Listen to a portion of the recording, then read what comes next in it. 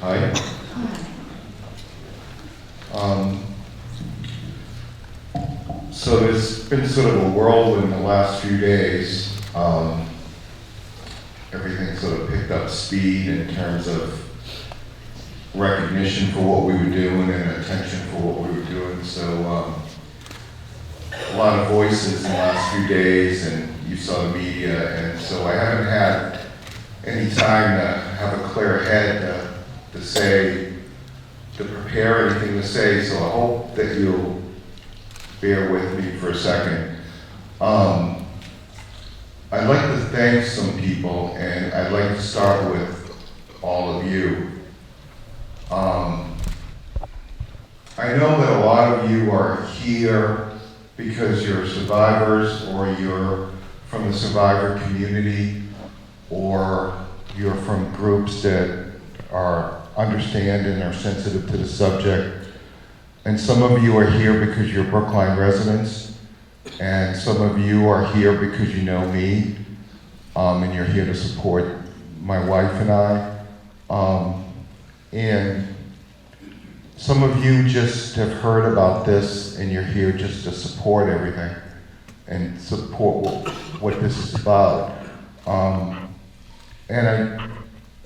I know that a lot of you were nervous about coming. In fact, I think we probably sold out the house, and there's probably a few no-shows because of that. Because you knew it was the right thing to do, but you also knew that it was hard to do it. And you don't know what you're going to hear, and you don't know how it's going to affect you. And so when I started watching the tapes to make this film, it took a week before they saw the first minute of it. 3 times a day I would go sit in front of my computer and try to start, but I couldn't do it.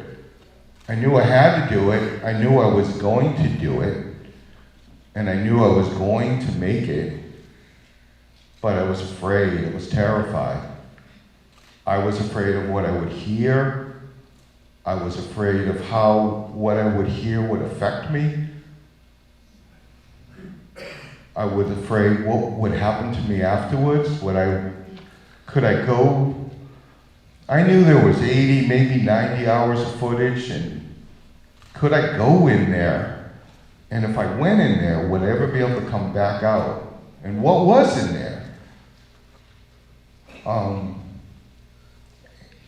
So I know that fear, and so by coming here, and this is a special night, we'll play this film again, but this is the night that the families of the people that you saw on the screen, some of the people that you saw on the screen are here, and some of the families of the people that you saw on the screen are here.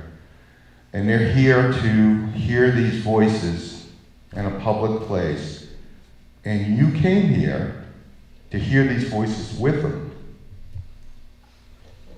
as a community. And that's very special. So before we thank anybody, just to be here and to create this moment so that the families know that they're experiencing this, but they're not experiencing it alone. And the people in harm's way aren't alone. And so I think that that's sort of a powerful thing. It took 30 years and a community to make this film. It started when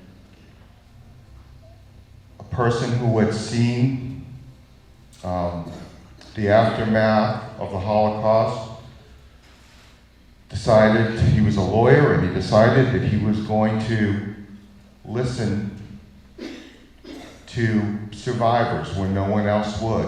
So we met a woman who was a survivor, and together they decided to listen to other survivors.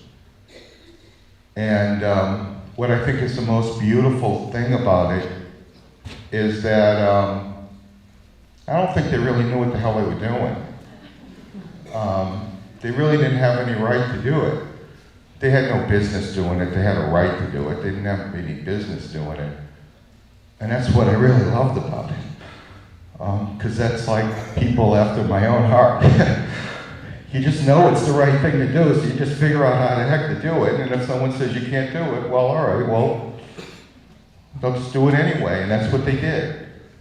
And they knew what they didn't know, so they found someone that most consider the world's foremost authority on Holocaust testimonies. That's why these interviews were so amazing, because these people were so comfortable, because they were talking to someone that was listening to them, and someone who understood, and someone who had the knowledge so that they could just tell their stories. And for 6 years, they got it done. And I think it's important to note that I found out about these tapes 3 years ago when the diversity director for the town of Brookline, Lord Gillenow, when he opened up a big metal closet full of these tapes that have been sitting there for about 20 years. And I think it's important to note that he's the diversity director, that he isn't with a certain Jewish group or a certain Holocaust survivor group or a certain. He thought that these voices could help his community now, that it was important that his community heard these, that he would help them now. And he asked if I would do it, and we started working on it. It took a couple of years before we started, but I want to thank the crews at BAT, Brookline Access Television, that you saw scrolling down the screen. Because when you do something like this, it affects you. It affects you a lot. And so while the tapes had been forgotten for a little while, so did all those young people, most of them were young people, that worked in that access station, and they took that home with them, the stories that they heard. And from everything that I've been told, they kept coming back to do it, because even though it was hard, they believed in it. And I'm sort of the anchor leg of this. So the anchor leg gets all the credit, and but I didn't do it alone. I had them, I had Leon, I had Regine, I had Larry Langer, who, because of his genius, that's why these testimonies were so good, and I had an amazing team. So I'd like to just introduce, if you don't mind, because when you can't hire people to do this, that treat it like a job. You have to hire people that have passion for this, that this is something that's important to them, that they think that if they don't do anything else, they know that they did this, and that this is important. So the editor and co-producer on this film is Rob Kerlin, and I'd like to have him, he's sick, so clap, but don't go near him. But he's right over here. He's a true craftsman. He's dedicated. Danielle Myers is here somewhere. She was the assistant editor. Somewhere she's here. It was a huge challenge to get the audio for this. We've got 6 years. So you know how hard it is to do audio. It just keep going a second. But for six years, audio levels set to different, everybody was doing the best they could when they were doing these interviews. So Douglas Stevens, Red Peters over here, an incredible amount of work. We added a segment from Chaim Fitzgerald, who was, he did his in Yiddish. Simona Weiner and Sheila White are here. They did the Yiddish translation.